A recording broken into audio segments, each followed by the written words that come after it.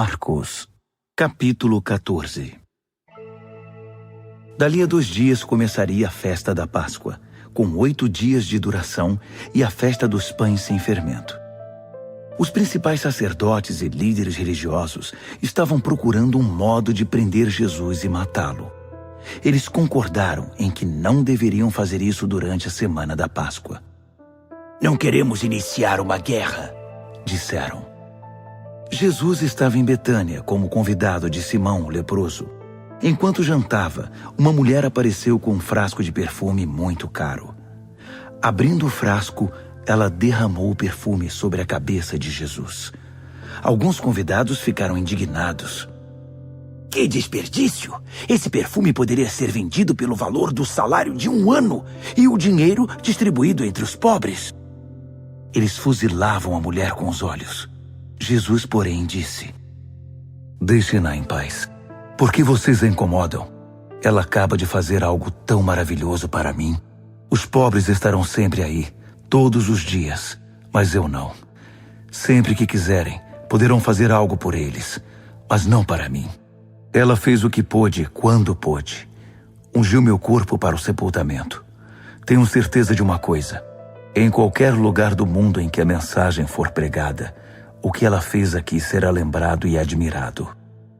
Então Judas Iscariotes, um dos 12, procurou o sacerdote principal, determinado a trair Jesus. Eles mal podiam acreditar no que ouviam e lhe prometeram uma boa recompensa. Ele ficou apenas esperando o momento certo de entregá-lo. No primeiro dia da festa dos pães sem fermento, dia de preparar o sacrifício da Páscoa, os discípulos perguntaram a Jesus: "Onde queres que preparemos a ceia da Páscoa?" Ele orientou 2 dos discípulos: "Vão para a cidade. Um homem com um jarro de água encontrará vocês. Sigam-no. Perguntem ao proprietário da casa em que ele entrar. O mestre quer saber em qual aposento ele poderá comer a ceia da Páscoa com seus discípulos. O homem mostrará a vocês uma sala no 2º andar, espaçosa, limpa e arrumada. Façam ali os preparativos." Os discípulos foram para a cidade e tudo aconteceu como ele lhes dissera. Eles prepararam ali a refeição pascal. Depois do pôr do sol, ele chegou com os 12. Quando estavam à mesa, Jesus disse: "Tenho algo difícil, mas importante a dizer. Um de vocês me trairá. Alguém que, neste momento, come comigo." Chocados, começaram a dizer um após o outro: "Eu não!" Ele respondeu: "É um dos 12, alguém que come sempre comigo. O Filho do Homem sofrerá a dor da traição, já prevista nas Escrituras. Até aí nenhuma surpresa.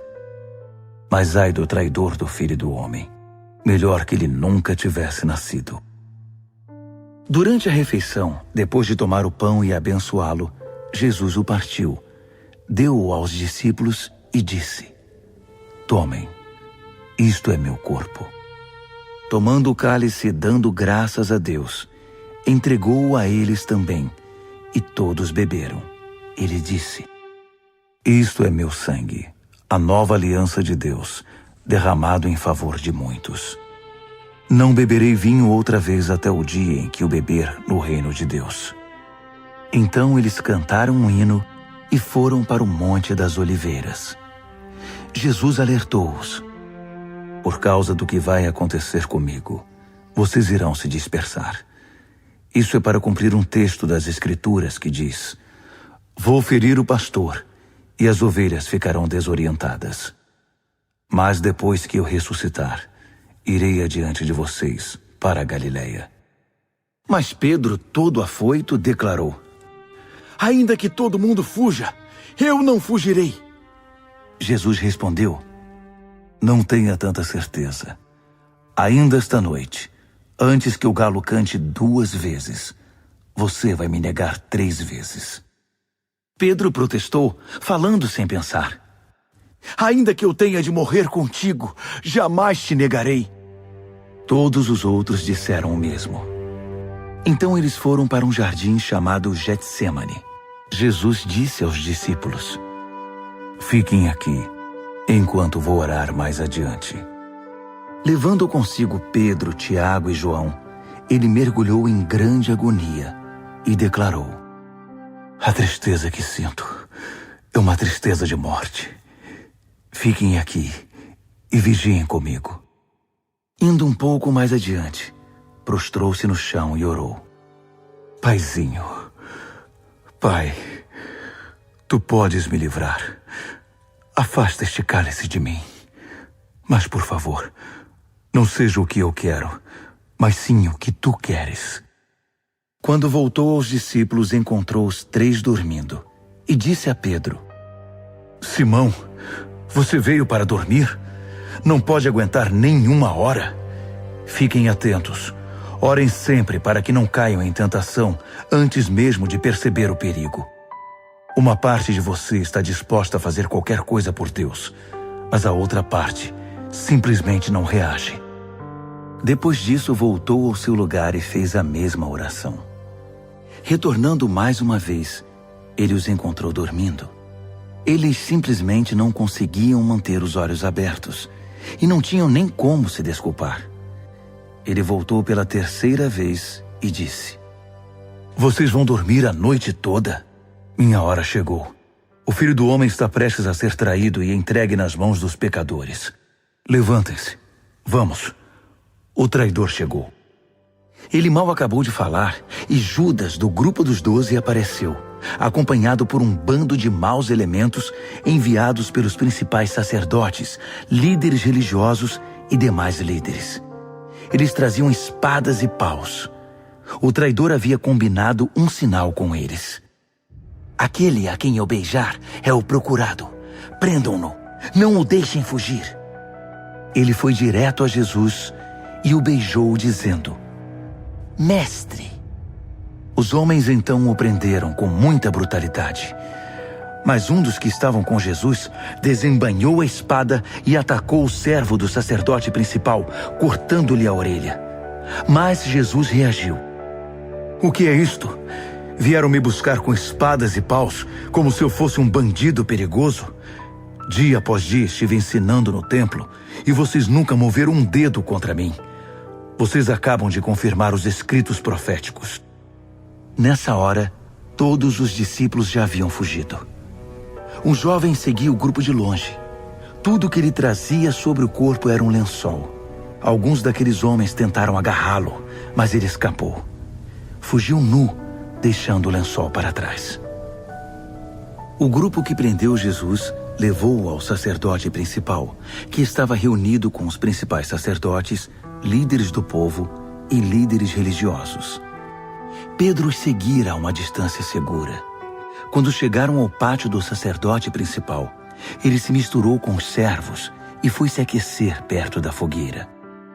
Os principais sacerdotes, conspirando com o concílio judaico, tentavam achar acusações contra Jesus para condená-lo à morte.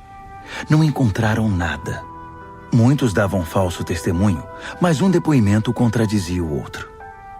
Alguns homens apareceram com esta história: Nós o ouvimos dizer: Vou derrubar o templo, construído com tanto esforço, e em 3 dias construirei outro, sem ao menos erguer a mão. Mesmo assim, não havia plena concordância entre os relatos. Nesse momento, o sacerdote principal levantou-se e perguntou a Jesus: O que você tem a dizer dessa acusação? Jesus não deu resposta. O sacerdote principal insistiu, mudando a pergunta: Você é o Messias, o Filho do Deus bendito? Jesus foi direto: Sim, eu sou, e você mesmo verá. O Filho do Homem assentado à direita do Todo-Poderoso, vindo nas nuvens do céu. Nessa hora, o sacerdote principal perdeu a compostura. Rasgando a própria roupa, gritou: Ouviram isso? Acham que precisamos de mais testemunhas? Vocês testemunharam a blasfêmia! Vão deixar que isso fique assim? Por unanimidade, eles o condenaram, e foi sentença de morte. Alguns começaram a cuspir nele. Vendaram-lhe os olhos e batiam nele, provocando. Quem bateu em você? Profetize! Os guardas levaram-no dali, sem interromper o espancamento. Enquanto isso, Pedro estava no pátio.